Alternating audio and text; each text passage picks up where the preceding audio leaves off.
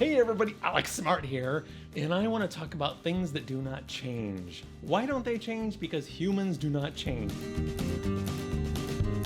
Why don't we use this time where everybody's not doing anything to convert to the metric system? Everybody thought it was a joke. Nobody thought it was serious. Why? Why do they think it's a joke? Why wouldn't we want the metric system? We are sitting here trying to figure out, I don't know how many feet there are in a mile. Is it 5,286? I don't know. I don't care because you know what? There's 1,000 millimeters in a meter. Millimeter, centi, 100. It's so easy. You just multiply by 10. It's so much easier. How many feet is 3 miles? Somewhere over 15,000? I don't know. But you know what? 3 meters is 3,000 millimeters. Why don't we have this system? Why don't we have this system? What am I supposed to do? Grab my abacus? The abacus was before, okay? That was first. Then we had the stupid imperial system, and then we had the metric system after everything because it made more sense. We had the metric system because it made more sense. That's why people created it. Back in the biblical days, they used their arm and their elbow to their fingertips to count distance. So obviously, we need a metric system. We have standards and measurements. We can do all this calculation in our head, but we don't have it because people fear change. And you know what? People also negate ideas.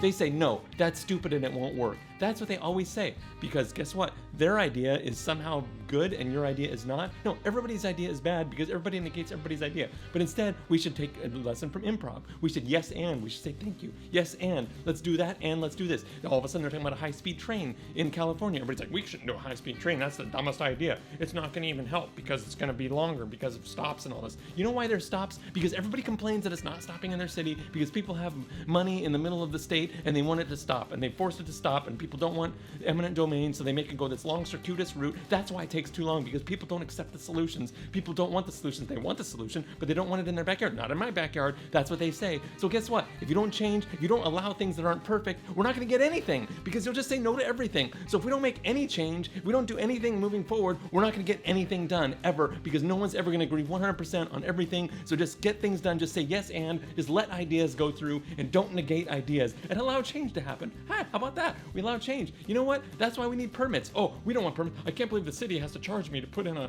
roof. You know why we have to charge you to put in a roof? Because you don't know what you're doing, and if you sell it to other people, you're gonna not care if the roof collapses, and you just want to save money. We have government because people are selfish and stupid, and they don't allow anything to happen. And you know what? The government officials aren't even that bad. They're the ones that are trying to help things. We've had lots of bike lane proposals in Culver City and West LA, but guess what happens? Residents are the ones that complain, not the politicians. They're trying to do the right thing. I don't want that bike lane because I want to park my car. You can't park your car because cars are too big and it doesn't fit in the city. The city wasn't made for cars. That's why it's so crowded. Then why do we have cars? If it wasn't made for cars, why are we using cars? It doesn't make any sense. Because that's the way we've done it and we've built up the situation. I have my parking space and I have to keep it. Well, you don't have to keep it. You know, we can actually change. We can actually make things happen. All of a sudden, out of nowhere, nobody's driving because we're all quarantined. Maybe I'm going a little bit crazy, but we're quarantined and we're not taking our cars anywhere. And guess what? We don't need them. We're figuring out how to do it. We got Zoom, we got video conferencing, we got all these things. We got all these things that are right in front of us all the time. For 20 years, we've had Skype. No one even knows what Skype is. I can't believe we were not using Skype.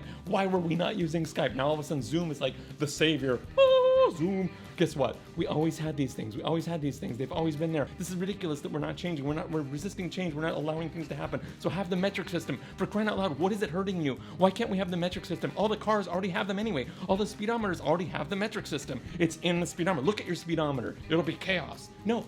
Just do it slowly. Put in, the next time you put up a sign, just add kilometers and miles. After 2 generations and you're all dead, no one's gonna care. And speaking of being all dead, why don't we care about aging? Why are we not spending money on anti-aging research? People say, I want to die. I don't want to live forever. That is such crap. If you could live forever, you would. Well, I don't want to be 80 for the rest of my life. You're not going to be 80. You're curing aging. You're going to make it better. Just put money into this. If you cure aging, you cure all of it. Why does cancer happen? It's because our body's breaking down because we're getting old. So if you fix the aging process, then you fix everything. Now, it's going to be hard. It's not going to happen overnight, but we have to do it. We have to let little things happen. You can't keep saying no to things. You can't keep saying no to funding. You have to spend money on things in order to make improvements. That's why we have government, because we have to spend money.